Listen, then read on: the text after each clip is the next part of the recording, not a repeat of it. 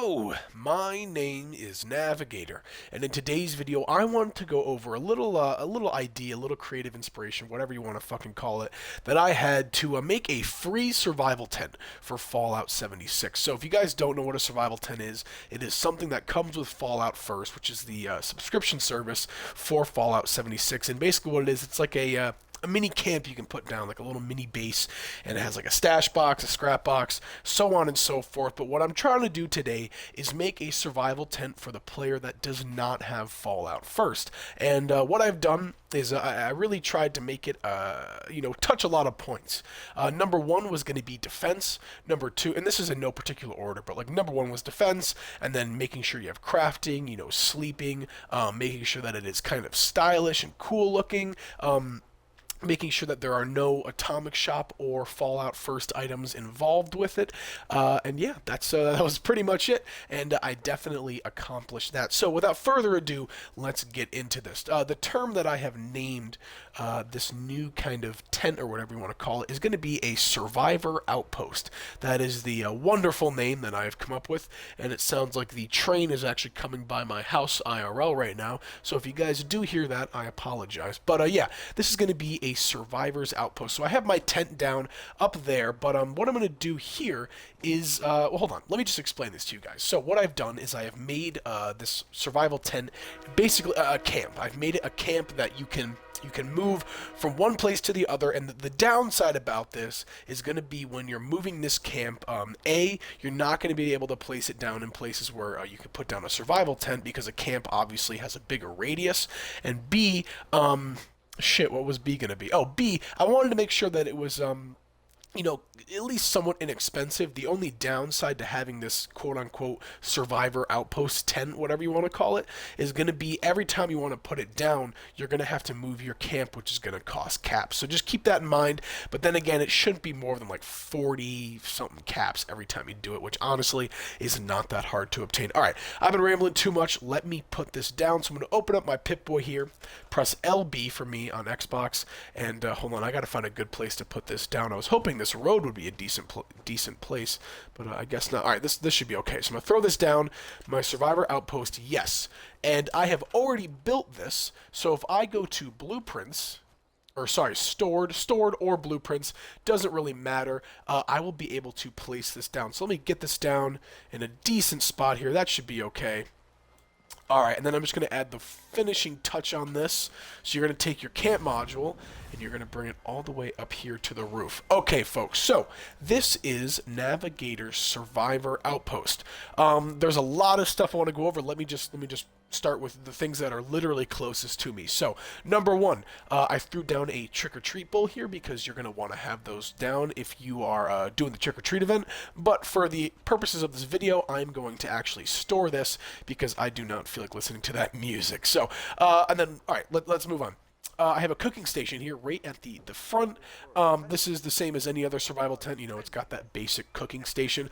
I managed to actually get enough space here in front of the door to put a radio down. I figure that, you might as well have some music. You're not going to be able to hear it in my videos, because I turn that off, for copyright reasons. But if you're, it would be nice to have a survival tent with a radio, add a little music and stuff. And that also gave me enough space to put down Forager's chair. So I also have an ally here. And, on top of this, just, being something cool to have, and him walking around, there's a possibility that he'll give me missions, so that is pretty sweet. All right, moving into the rest of the deck here, we have a weapons workbench down. I originally had the blue and more bulkier one here, but I figured that this would work a little bit better, kind of gave us a little bit more space, and it made perfect room for me to put down this loadout machine right behind it. So that actually is kind of meshing into the weapons workbench right there, and I didn't really have to do any, like, what do you call it, syncing, nothing like that. I just placed it down right there, and it was totally fine. So yeah, that's the porch, and we already have a radio, we have an ally, we have a cooking station, we have a loadout machine, and a weapons workbench. Let's go inside the main room here. So, on the left-hand side, this is going to be the stash box. It's a footlocker, and it'll work the same as any other one. It's very small, it's very compact, and it looks pretty good here, so I threw that down there. I also have a raised bed to make sure I don't have any diseases, but I can definitely sleep here.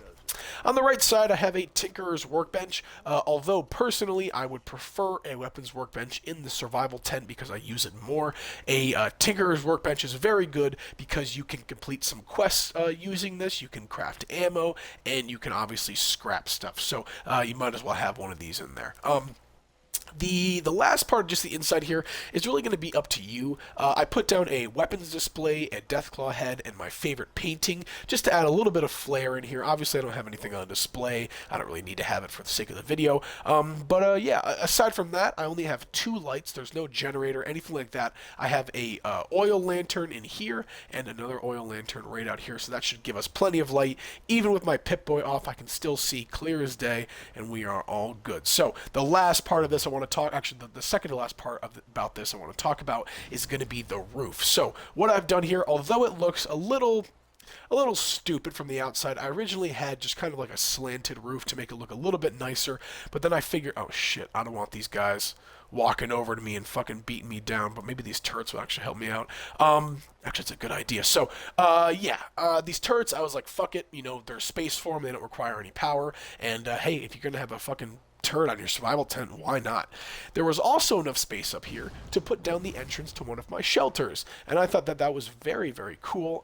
Yeah, and it worked out well. You know, if you want to have just a shelter on the go as well, this is a good place for that. And like I did in the beginning of the video, you can put your little camp module up here just to save some space so nothing is on the ground. Now, the last thing I want to talk about before these guys fucking close in on me is going to be how much this really cost.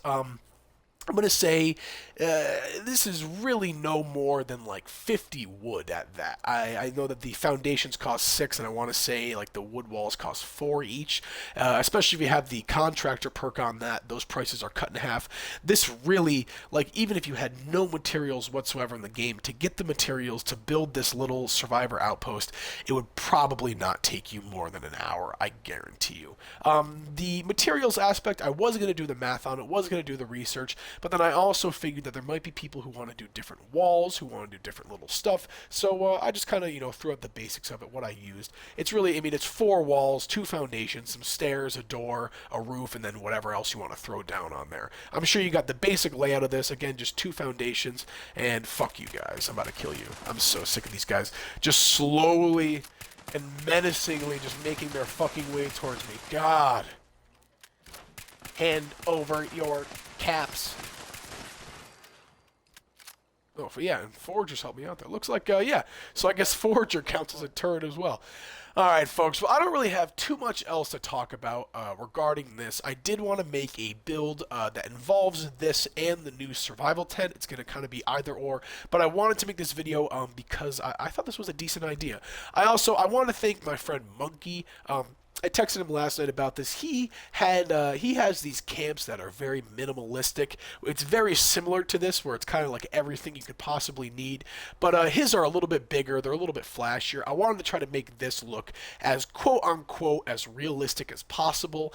So Monkey, if you're seeing this again, thank you for a little bit of that inspiration. I do appreciate that, man. And if you guys are ever interested in looking at what Monkey has to offer, if you go down to the bottom of my channel in my featured channels, he as well as Mommy Slayer and Wastelord are all featured there. So folks, that's all I have for you guys today. Again, this is a free alternative to a survival tent from Fallout First. And again, just for old time's sake, looking at the bottom portion of the screen, whenever you want to move this camp, it's 40 caps. And just again, for old time's sake, let me move that camp and show you that you can really put this down wherever you want, whenever you want. And yeah, so I go to store it here, and there's that blueprint. Boom. And we're back in business, folks. All right, folks, all I got for you today. I should be back with some more videos later on, but for now, my name is Navigator. Have a nice day. Take care.